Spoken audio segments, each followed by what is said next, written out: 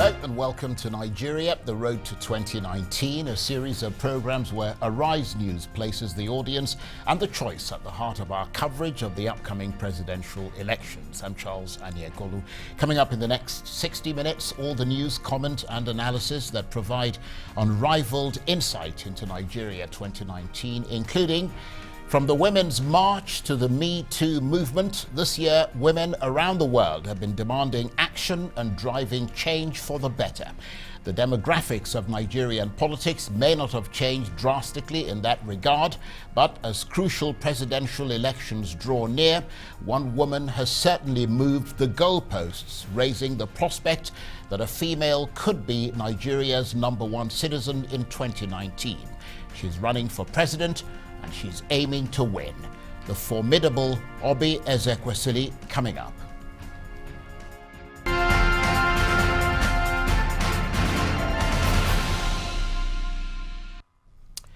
Now, Nigeria's presidential election has been shaping up to be between two veteran male politicians, incumbent President Muhammadu Buhari and his main opponent, the opposition PDP candidate Atiku Abubakar.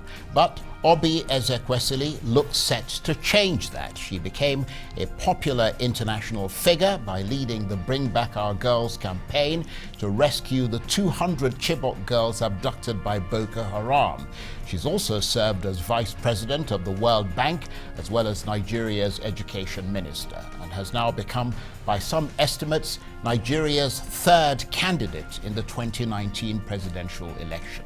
She's been campaigning across the country, sometimes door to door, trying to inspire Nigerians to come together and to work together to effect what by this country's standards would be earth-shattering political change, electing a woman, her, as president of Africa's most populous nation. So, can she pull it off? Well, let's hear from the woman herself. I'm delighted to say that Oby Ezekwesili, presidential candidate for the Allied Congress Party of Nigeria, joins me now in the studio. Thank you very much indeed for coming in. Thank you very much, Charles. My delight. First of all, from vice president of the World Bank to education minister to political activist, after all that, what made you decide to run for president? I decided to run for president because I could see that once again our country was going to be locked in the abysmal choice that people have framed as deciding to vote the lesser of two evils. I know that the country does not have 4 months, not to talk of 4 years, to waste electing people who have absolutely no idea what to do with a country that is in very dire straits. And so I thought that this has to be the time that we disrupt this entrenched political system that only has delivered poor governance in decades to the country. And yet, from all indications, it seems that one of those people is likely, not certain, but likely to win. They will not win because I am in this race to win. I like that. What are the crucial points where your position diverges from that of the ruling APC party and the main opposition PDP? I know that's a broad question, but try and narrow it as much as possible. So I'll narrow it first by simply saying that a vote for Oby Ezekwesili is a vote for good governance. My track record has proven that to be so. In all that I have done, whether in the public sector, private sector, civil society, international development, the idea that good governance is the way or the only pathway to developing societies is well known. I see that bad governance, bad leadership, bad politics, they've all stood in the way of good governance for our country. A man that I admired, have very much some of the ideas that he had concerning his country, not all of it, was Lee Kuan Yew. And Lee Kuan Yew always did say that's that the Singaporean, the former, the deceased Singaporean leader, he always did say that that no country can grow beyond the quality of its leaders. And you well know, Charles, that all the time when Nigerians discuss the frustration of coming from a country that has underperformed severely in contradiction to what its potentials are, they always end up saying it's all about leadership. We have not had the right leadership. And so for me, the idea is that we must disrupt this pattern of bad leadership. What we've done is that we have badly deployed our talents to our politics. And so what we find is that you and I, as people who have received the kind of quality of training that we have received and the milestones that we have accomplished, often look at politics with great contempt. And so we fulfilled what Plato said, that those who think that politics is beneath them will be ruled by their inferiors. So when you look at our society where we are playing with the lowly quality of people who can express the thought of political leadership, we have no reason to complain about the bad outcomes. So the great difference would be that for me, as one who represents the quality of character, competence, and capacity that you need for political leadership, my vision of Nigeria would be a society that is prosperous, that is stable, that is harmonious. And therefore, my emphasis is not about Nigeria being an oil-producing, oil-exporting country. I am basically about finally putting the Nigerian citizen at the center of development. And that's why my mantra is that education will be the new oil. Human capital will be the new economy. That essentially defines the primacy of the Nigerian citizen over any other thing. So whether it's security, it's connected to that mantra. Whether it is social cohesion, it's connected to that mantra. Whether it's economy, it is the center of that mantra. And what that would do for me is that it would make me the president that for the first time completely just focuses on the Nigerian citizen. The other ones, these two, I don't call them two actually. I kind of think they are the Siamese twins of bad governance, and so they are conjoined twins. And so what I see of them is that they represent the interest of the political class. I am the candidate of the Nigerian people because it's the Nigerian people and the urgency to get the Nigerian person back to the kind of levels of productivity and competitiveness that they can express to the world that's making me run. That's very interesting, but particularly interesting is the fact that you talked about education being the oil that will, as it were, fuel the engine of Nigeria, the Nigeria that you have a vision of, that you've expressed very sort of eloquently there. But then you talked about security as well. And if you look at, well, we're going to talk perhaps a little bit more about that later on, but if you look at Boko Haram, for example, their stated aim is to destroy the educational system in Nigeria. They say Western education is bad. How are you going to cope with that? Well, they will know that a new sheriff is in town. I have maintained to those who worry about the fact that I am a woman and what that means in terms of being the commander-in-chief of the Nigerian Armed Forces, that they will be shocked eternally because I would be the most effective commander-in-chief ever seen in this country, because there is something about being connected to the souls of your people. There is something about making your people the priority in governance. What that does, for you is that it shapes everything so that your technical solutions are very much connected to your adaptive solutions.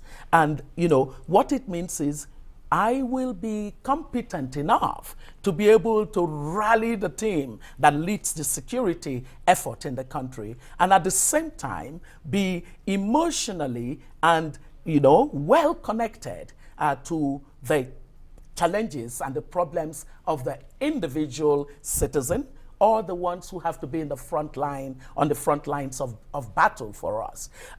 When I look at the problems of Boko Haram, the first thing that I would do, elected as president of this country, is that I would have a SWAT team that is drawn from the best that we can find anywhere.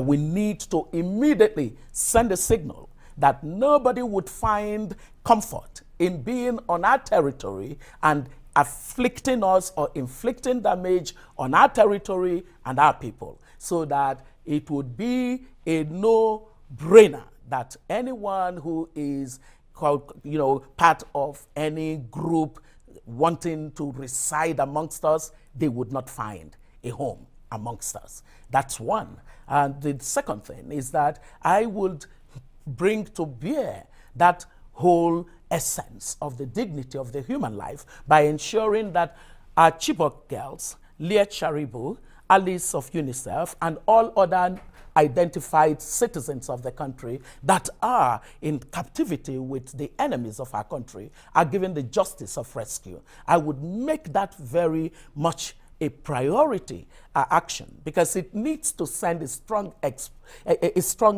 message to those who think that they can tower over our country. Number 3 is an immediate action toward the security sector reforms. And the first part of that reform is going to be amassing the kind of cutting-edge intelligence asset that enables us to be preemptive, proactive, and preventive. Because for goodness sake, it's often as if we get caught napping and things just happen in concurrent sequence. Then an aspect of the security sector reform is that it just does appear as if something is broken about our security establishment and the teams. And you almost always have to say, what's leadership doing? There's something about leadership that's gone wrong. And we do know that we actually have not just flashes of brilliance in the security sector. We do have really brilliant people, poorly deployed. So merit, performance, resources, accountability, and results will be linked in the way that other really highly professional military establishments in other countries operate. And then we are going to focus very much on the collaboration within our neighborhood. So whether at the sub-regional level, the regional level, the continental level, as well as globally, we're going to co-share and access the kind of leverage that we certainly are not doing as much as we should do with. I get to talk to leaders of other countries, and just being present and being part of the process of understanding that terrorism is a global normal now, and that countries have to understand that it's a global public bad, and that no single national system can take care of it. Being competent to send our best and to apply our best in those global sharing arrangements would be important for us. And you don't think the other parties, the leadership is doing that? The country is certainly not doing that. As I said, when you discuss with the rest of the world, they are puzzled. They are really puzzled by Nigeria. At the worst of times, this country was known for having really strong military establishment, even though it had its really terrible moments. But in terms of being assessed as brilliant enough to hold countries together, whether it was Sierra Leone or it was Liberia or our effort in Sudan and some of the other places, it was not just peacekeeping. It was also the capacity to have the best of our military officials represent the country. But people would argue that this is a different type of war. I mean, that it's not a conventional war. Yeah, it's a completely war. I mean, you'd find the same thing happened in Latin America, in Colombia for decades. The same thing happened in the UK. I mean, I was a correspondent in Northern Ireland for the BBC. I mean, it took ages, and eventually it was a political solution that led to it. So it's not really a question of the capacity of the army. It's the fact that they're dealing with a completely unpredictable situation, and for anybody that's a challenge. It is a challenge. It's one that nobody must underestimate. However, I think that usually what happens in such a context where you are having to solve a really complex problem is that you must be seen to be assembling the best of your minds to imagine the solutions. One of the things that I have as part of the manifesto is that we broaden the definition of security to be human security, which therefore takes it in the dimensions of those political issues that you rightly mentioned. But beyond the political issues, one of the things that we know from research when I was at the World Bank is this, that in conflict-affected environments, that actually one of the greatest antidotes is to have the private sector working in order that there would be jobs and more jobs. And that when you give people reason to have a stake in society, they are not likely to want to join with those who want to destroy society. And so the economic agenda of our government is going to be so particular about regions of conflict, regions that are prone to such conflict. We need to elevate the quality of involvement of those residents of those kinds of areas. We need to connect the rural Nigeria to the urban Nigeria in ways that ensure that economic corridors offer people a sense of belonging. We lost a lot of the parts of our country to this idea of an isolation. We are isolated, government is far away from the people, so far removed that a group of people will bring a strange doctrine and they would be able to gather as much of our young, even old people in total allegiance to them than to the Nigerian society.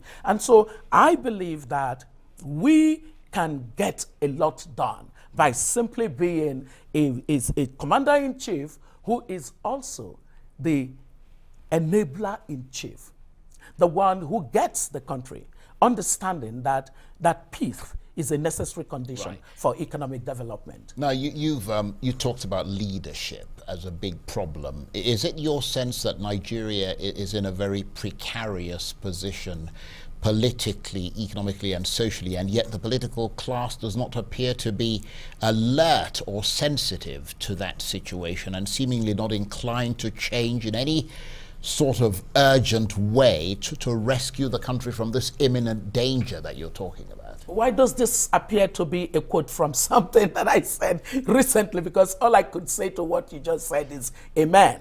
Because truly, I was shocked at the complete absence of mind of our political class when the news on 87 million Nigerians being in pernicious poverty, extreme poverty. But the key point for me there was that we have overtaken India, a country that's 7 times our population, in becoming that. So what it meant is that while India continued a steadfast path of growth, we were declining. And because of our decline, we drew more, we drew back, and India surged forward. And when this news was out, our political class, you know, the most that they did was to trade blames. One group said, oh, you created it. The other one said, you created it. Nobody focused on the victims. The victims, for goodness sake. That's what leadership is about. When anything happens, the first person you must think about is, who is the victim? And everything that you do must be about the victim. The leader has no luxury in trading blames about what caused the problem. The issue is there's a problem that needs to be solved. Which of them gave you anything of a plan? In any other decent democracy, what would happen is that instantly the government in office would give a plan to the society and say, we saw this news, we don't like it at all, we're sorry it happened at all, we will do A, B, C, D to tackle the problem. None of that happened. Well, let's get your plan then, because Nigeria is, of course, grappling with so many issues. You've talked about one of them, very prominent, the issue of security. The other, clearly, the economy, which the country seems to be married to, because these problems have been there for decades. I mean, how would you approach the issue of the economy differently? So, number one thing is that fundamentally, my time as president would settle this macabre dance where we're not sure whether we are an economy that has accepted that the private sector is truly the engine of growth. We do know now, as we see across the world, that yes, the market economy has its challenges. It has challenges of creating inequality if not properly organized to ensure social inclusion and equity as part of the way of growth. But one thing that the world and nobody can contest is that economies, including socialist, former socialist economies or communist economies, have done much better embracing the idea that the market principles have a way of solving problems faster, better, and more prosperously. And so that will be settled. It would be that Nigerians understand that the market, the private sector, will be the engine of growth. And so we will massively do the kinds of reforms, pro-market reforms, that lead to the emergence of all kinds of possible sectors that would create opportunities for jobs in our economy. So that's number one. Number two is that more specifically, we will focus on productivity and competitiveness, because these are the key economic challenges of our country. It is not that we don't grow a little here and there. In fact, we did sustain growth of about 5 to 7% on the average for about a decade and almost a decade and a half. But it did not reduce poverty at the scale that it could have. And the reason is that it wasn't broad-based and it wasn't the kind of growth that enabled productivity, that was based on productivity and competitiveness. And so what that means is that we would, as government, engage in the kinds of policies, whether they are sectoral policies or they are fiscal policies or they are even on the monetary side, monetary policies, as well as structural policies that would lead to being an environment that removes the barriers on the part of citizens and businesses to be the best that they can be. So that if you looked at the issue of human capital, we need to be the country where you find the best of talent, the best of skills, because we would run an education sector that produces world-based, world standard in our human capital. The kind of skills and knowledge generation that our school system would do would be connected to the marketplace. The labor market would see the product from our university system or our innovation enterprise institutions or from our secondary schools. And even on the basis of our early child care education, you would already see that it is connected, not just to society, but to the idea that the person must be a productive person. And then when you look at the investment in critical infrastructure, we're going to do it in the way that we're not hoping that someday we will be lucky and have this massive amount of money that comes into the government coffers. No, we're going to use innovative solutions to try to deal with the different levels of our physical infrastructure deficit, whether it's the power sector, where we simply are going to take the Power Sector Reform Act, which I had been part of the team that worked on it. We're going to implement it exactly in the way that we implemented the Telecom Sector Act, which was based on a clear sense that a liberalized and deregulated telecommunications sector was better than having the state monopoly and having government control the activities in the sector. As soon as we did that, you saw the growth that was unleashed in the economy as a result of the telecom sector reform. The aviation sector waits for that. The power sector waits for that. Above all, the petroleum sector waits for that. So it is going to be an economic philosophy that reduces the presence of government in things that it has no business being present in. And you know why that's important? It is important because it's connected to the good governance agenda. When you reduce opportunities for corruption, there's less corruption. I don't want to be the president of Nigeria, who is president of NNPC or president of the Ministry of Minerals or the Ministry of Petroleum. We need to allow the private sector get in the space where there are risks, but there are premiums to the risks. And then they can know clearly, by virtue of sound economic policies, the right kinds of institutions and processes that we have as government, as well as our own investment in the public goods and services that they need, they would see clearly that they have not an uncertain environment, but an environment that gives them a level of predictability to be able to assess risks and to take the kinds of decisions that boardrooms take daily across the world, determining what country to invest in. We shall be competing for global capital. And the way that we're going to do this is to ensure that we're playing to our strength. When you look at what has happened in China, you find that there are many companies, there are many sectors where the companies are no longer competitive because of high wages. And so they are looking to move those plants to cheaper destinations where the cost of doing business still enables them to make decent profit. One of the things that I did at the World Bank with Justin Lin, who was the chief economist of the bank at that time, was actually to focus on supporting presidents of the continent that cared to see the opportunities in that. And that's how come the leather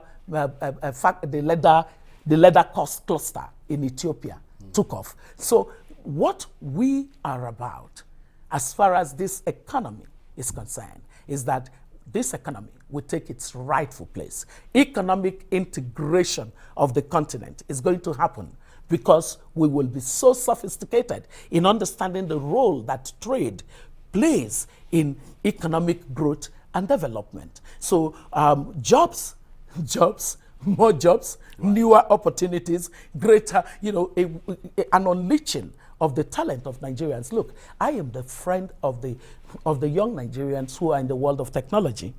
I actually believe that we can stake a claim to the fourth industrial revolution.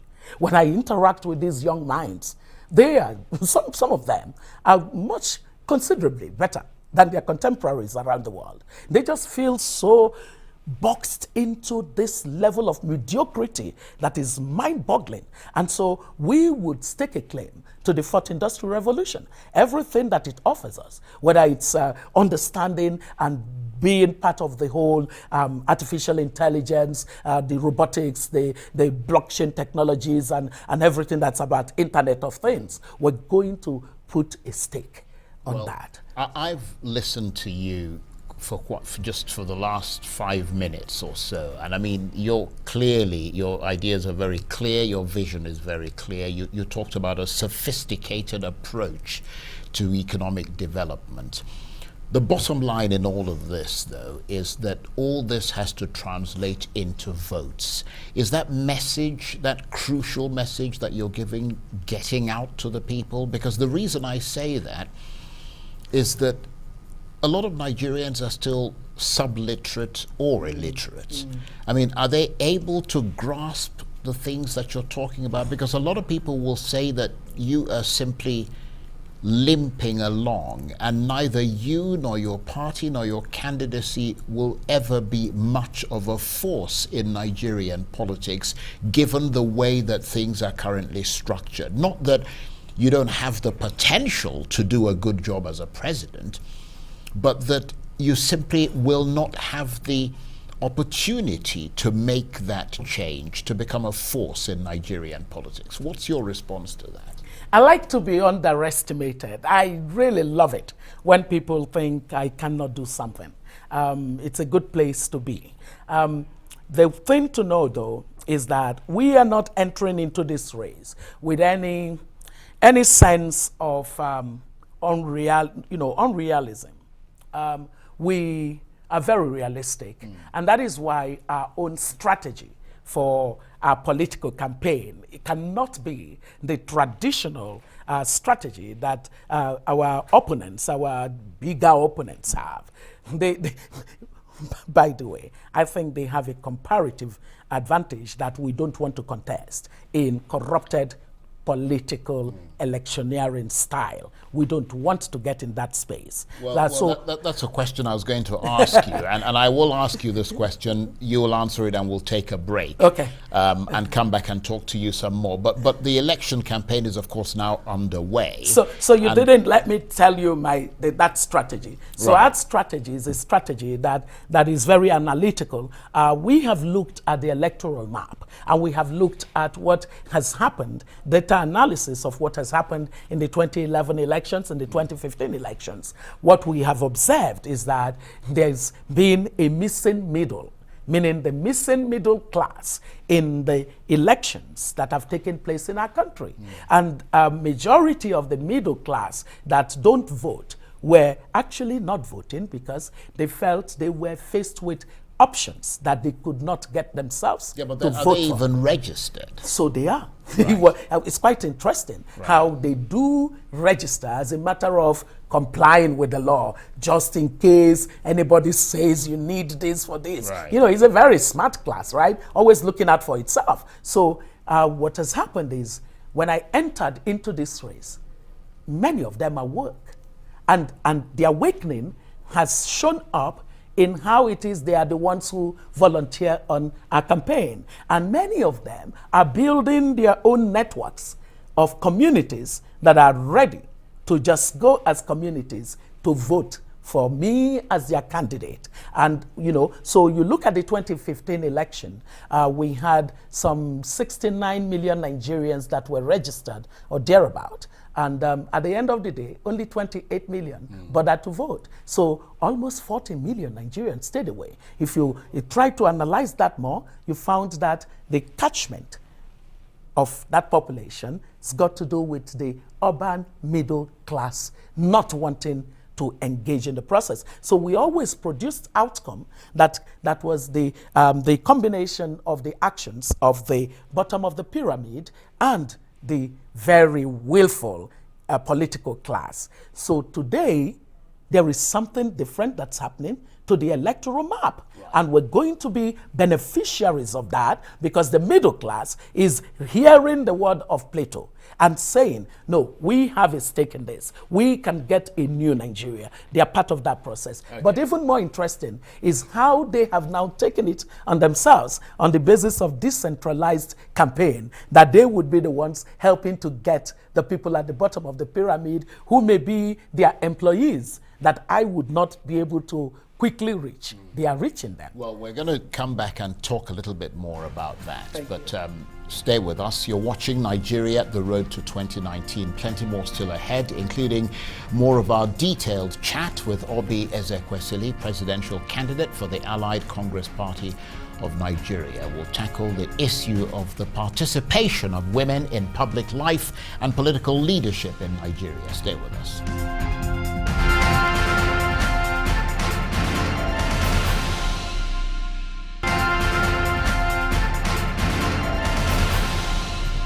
Welcome back to Nigeria, the road to 2019. I'm Charles Onyekuru.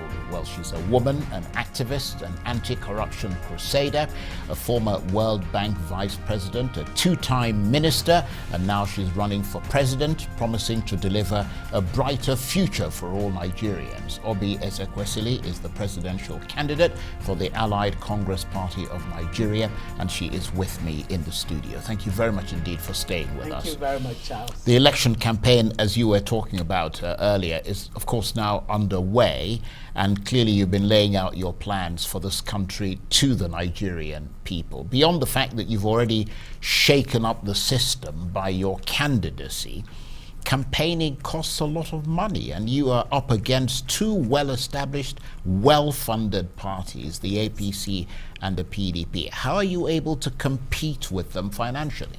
I don't want to compete with them financially because you have to question the sources of campaign financing in our country, especially by the entrenched political class. So what I don't have, I don't miss. What I have tried to do is to substitute for what I don't have with what I have. What I have enormously is the goodwill of the Nigerian people who are fed up with the failure that has come from this extant other political class. And so people are doing things for free.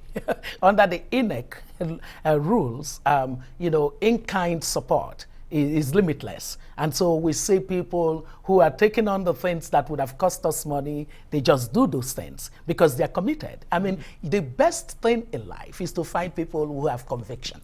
When a person has a conviction, they can go the whole length to try to make it happen. A lot of Nigerians are doing that for us. Well, but that makes a change, though, doesn't it? Because, I mean, that's not the way Nigerians have participated in politics in the past. I mean, you are, in fact, running on a promise of hope. Yes. And I mean, is there much hope left in Nigeria, given the challenges this country faces? So the only one who is not alive is the one who says there's no hope. So those who are alive are saying there is yet hope. And that's why they are investing in their time, investing their resources. We also have an online campaign asking people to donate. Because clearly, as it is in democracies that have worked decently, we have seen that you don't have to be a moneyed person in order to serve your society. Now, if I jumped into politics and I came with trailer loads of money, giving you the money so you would vote for me, you should sort of stop and stare at me and say, why are you paying me to serve you? Yes, they serve me. Yet they haven't been doing that. Yes, They've been taking the money and voting. But there comes a time when the people say, we need a new normal. That is not normal. Right. What the political class has been doing, the way that we have debased our democracy, the way that we have monetized our democracy, and therefore created a barrier that has kept away the quality people from our politics. That's part of why I'm running. I'm running so that the disruption that would happen to the political system would be the freedom that young people who are well-trained, our best, must get into our politics. Right. I mean, look, our best often watch the European League, and they watch the England Premiership, and they tell you which club is going to do well by virtue of the assemblage of the players that they have. Now, imagine if the Nigerian political class were a football team. What do you think would happen? It's exactly what would have been happening on the pitch that's happening in terms of the quality of results that we get as a country. So considering that citizens are saying that we can be a different country, we don't have to be this. There's no reason we should be locked into mediocrity as though it has become the pattern of life for us. Because people are putting a stake in that, there is that hope. I represent that hope for people. Right, they look at me and they think she's got the ideas of how to solve the problems, and she has the character to be able to stand with courage and actually confront issues that people will be daunted by. That's not to say that I don't have my frailties. I have my flaws, I have my frailties, I have my vulnerabilities, but on the aggregate, when Nigerians look at me, they look at someone who, with sincerity and absolute belief in truth and candor, would face the problems of this country and stare them down. Let's switch gears slightly. You've become widely known locally and internationally for your leadership of the Bring Back Our Girls movement. To that extent, you redefined activism in this country, helping to mobilize some of the most powerful people in the world, including those in the White House, and making the issue of the Chibok girls to go mainstream. And yet, in spite of all of that, many of the Chibok girls are still in captivity, and the Bring Back Our Girls campaign has, it is fair to say, run out of steam, both here and abroad. I mean, some would say that it's failed to achieve its objective of getting all the girls released. Because I remember attending the ceremonies, filming a lot of what you were doing, and all of you resolutely saying that all the girls must be released, and they have not been released. How much does that highlight the challenge that you face in running for president, that there is a looming gap between running for office and actually winning? That's, you know, every time that Chibok girls are mentioned, you remember the many years that we never thought would be so. When our Chibok girls were abducted, as far as we were concerned, what we needed to do to a government that absolutely behaved as though such a tragedy hadn't happened was to wake it up to that responsibility. So by the time, about 3 weeks after the tragedy, that the president and the government of Nigeria finally spoke about that tragedy, what we thought was we would stay on demanding for those girls, and in a matter of weeks, at the most, the girls would come back. Of course, the girls didn't come back in a matter of weeks, because we had made a promise that we were going to stay on advocating for them until action would be taken for them. So we stayed on. We stayed on for 1 year, 2 years, 3 years. It was toward the third year that we finally, that the first girl showed up, Amina Ali Nkeki. And that was for us. That was for us a turning point moment. It said to us that we hadn't been wrong in keeping hope alive concerning the girls. We stayed on, and over time, we can say today that there are 107 of the girls back. People told us that none of them was going to come back. 107 are back. 106 of them, in what I consider the best revenge on those who abducted them, are back in school, getting educated. Now, the only one who is not getting educated is learning a work of a skill to keep herself and her child going. Now, we have 112 girls left, and Leah Charibo, which was a painful episode for us. And then Alice, the humanitarian aid worker. The BBOG here in Nigeria, even when everyone moved on, we stayed on, and we're still on. The only thing that has happened is that I have moved from being head of BBOG twice over. We have had leaders. The person who is leading the movement right now is the third leader after I was leader. Now, what has happened is that whereas people like you who would come to the Unity Fountain to film what goes on no longer come to the Unity Fountain, the number of our the number of our BBOG members has thinned down, but there's not a single day that passes that BBOG is not standing at the Unity Fountain for Chibok girls. Now, I am running. Part of why I'm running is that the debasement of the value of the Nigerian life really got to me. I mean, the experience of having been a very passionate advocate for the lives of our Chibok girls, and then seeing the mutation of the kind of criminality and hideous savagery that happened in the Northeast, that happens in the Northeast, repeating itself in places like Benue, Zamfara, and Kaduna State, and these other states where, Plateau State, where killings happened. I basically came to the point, to that place where I said, the reason that our Nigerian politicians really don't care about the Nigerian life is that they live a life of comfort, where oil money, whether they go to sleep all day or they are awake playing golf, oil money will enter the treasury. So the Nigerian political class that we know is a class that does not see that when you lose one citizen, you have lost a lot. And so for me, getting into office is not going to be about a title.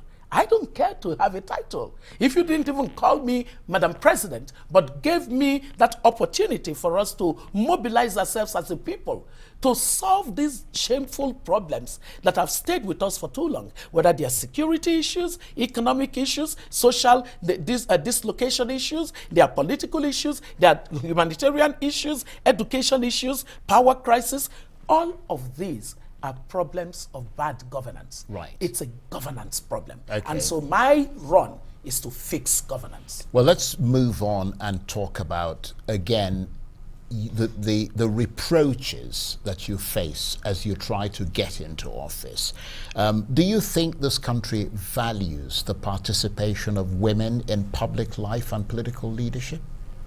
I don't think that there is a monolithic response to that question. At different levels, women are valued.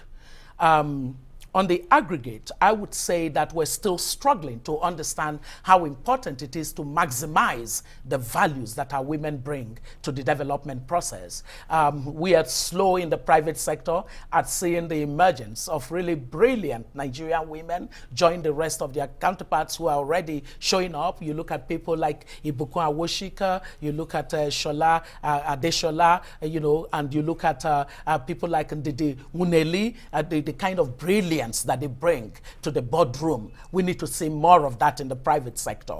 We need to see the mothers who eke out a living every day by being a low productivity traders or subsistence farmers. We need to jumpstart them. That's why my economic agenda really focuses on empowering the Nigerian woman on the economic side of things as well as the voice side of things. Yeah, but all those things are essentially theoretical at the moment because you're not president yet. What I'm keen to know is, what has your campaign told you so far about how the Nigerian electorate will respond to a woman candidate in 2019? Okay. So sorry that I... No, it's okay. The points you were making were very clear. Yes. No. And those points need to be made. Right. Absolutely. Right. So I probably should use the story of what happened on a radio program. I was on a radio program and a certain gentleman called in and said, "We will never allow a woman to be our leader in this country." That's shameful. But listen to me, you don't even have to say this. When the other callers came after him, I almost didn't have to respond because other callers called in and said, "Who is saying that? That's absolute nonsense." And they said to him, "Right now, we are in trouble. We just need the person who can solve our problems." Since she can solve our problems, we don't care whether she's a man or she's a woman. And that's the way it should allow be. Her so based on what you're saying and based on the way that these other callers responded to this errant fellow, in a sense, are Nigerian, extrapolating from that, are Nigeria's politicians and power brokers underestimating this cultural moment, this upending of traditional power structures, this growing enlightenment of the populace and their closer alignment with this sort of cultural liberalism that's making the moment ripe for a woman to lead this country? I mean, I couldn't have put it better than you did. They are not only underestimating it, but they're actually mocking it. So some of them look at an Oby Ezekwesili and say, "What does she know about politics?" Oh, please. Oby is just, she's very frustrated at the way things are. And she's trying to make a statement. Well, they are in for a shocker. I am not making a statement here. I am running to win because my win is going to liberate many other people in this country. It's going to liberate our young people. Our young people would know that all they need to do is to imagine a thing and to work toward it, and that it can be accomplished. It would liberate our young children, our girls. The girl child will look at me and say, "I can do it. I can be the best that I can be." Nevertheless, in spite of all that, you're still a lone wolf in a crowded male field. I mean, does it feel lonely? When I feel lonely, I remember my vision. Because there is something about a person driven by vision. Some people run as a result of ambition. Ambition, you can feel lonely and, just that would be the end of it. But I have a vision. The vision is that I am imagining a Nigeria that stakes a claim to the 21st century. And I believe that I can start that journey and then pass on the baton to other people who would take us to where we should get to. But that journey must start. And because that vision totally, it consumes me. I don't see the mockery. I don't see the disdain. I don't see the name calling. I don't see any of the things that people do or say, the snide remarks, when I am done achieving my vision, I'm just going to say to those people, come, let me embrace you. Well, I'll tell you what, madam, we're getting close to the end of the program. There are a number of things I want to get to. I wanted to talk about the way the candidates are weighted against each other. And our first real public glimpse of that was the vice presidential debate, which took place at the weekend. For many people who watched that debate, your running mate seemed very inarticulate, not at all like his principal yourself, who is associated with a keen intelligence and clarity of thought. I mean, why would you choose someone like that as your running mate and potential president of Nigeria? You know, when it comes to the matter of a ticket, there are many factors that go into it. Now, one thing that I can assure Nigerians is that that same candidate is going to turn out differently, because there is so much that, in terms of the gap that we have seen, that we're working on. And one thing that is very clear to me is that the basis of his community, one of our flagship promise to Nigerians is that we're going to lift 80 million Nigerians out of poverty in order to lift the people at the bottom of the pyramid out of poverty. What it does, madam, without interrupting you, is that it raises questions about your judgment and your ability as a leader to pick the right people. I mean, that was a once-in-a-lifetime opportunity to prove his mettle and shine before the Nigerian people. I mean, I hate to break the news to you, but he didn't. Well, you don't even have to break the news to me. He also understood his limitations during that debate. And that is something, one debate is one debate. There is a whole journey ahead of us. Well, and you know, to finalize on that, I need you to know that the matter of the grassroots was so important for me and that's why you chose in the tackling poverty. We're almost out of time. What's your final message to the Nigerian people as the elections approach, briefly? Anyone who is comfortable with Nigeria as is not going to be interested in my candidacy. Anyone who is not fed up with our failures, with our mediocrity, will not look in the direction of my candidacy. Anyone who is persuaded by the political class to think that the only options we have are the two same kind of options, who will not bring any new momentum to solving the problems of the country, would not look in my direction. But every Nigerian who imagines that Nigeria must not be the 6th most miserable country in the world, Nigeria should not be the 15th most fragile country in the world, Nigeria must not be number 152 out of 157 in its Human Development Index, anyone who does not want Nigeria to be the country with the higher infant mortality, child mortality, maternal mortality above the Africa average, would not, you know. So if those people, if the Nigerian who is sitting at home watching me is ready for a different Nigeria, a Nigeria that disrupts this pattern of failure and moves to higher levels of performance, a Nigeria that becomes prosperous, that offers equality of opportunity, then that person would be saying, I am running with Oby Ezekwesili, because I'm not running alone. And on that note, Oby Ezekwesili, the presidential candidate for the Allied Congress Party of Nigeria, thank you very much indeed. Thank you. Well, that's it for this edition of Nigeria, The Road to 2019. Join us again for a fresh edition tomorrow. From me and the entire team here in Abuja, bye-bye, and thank you for watching. Thank you, madam. Very much.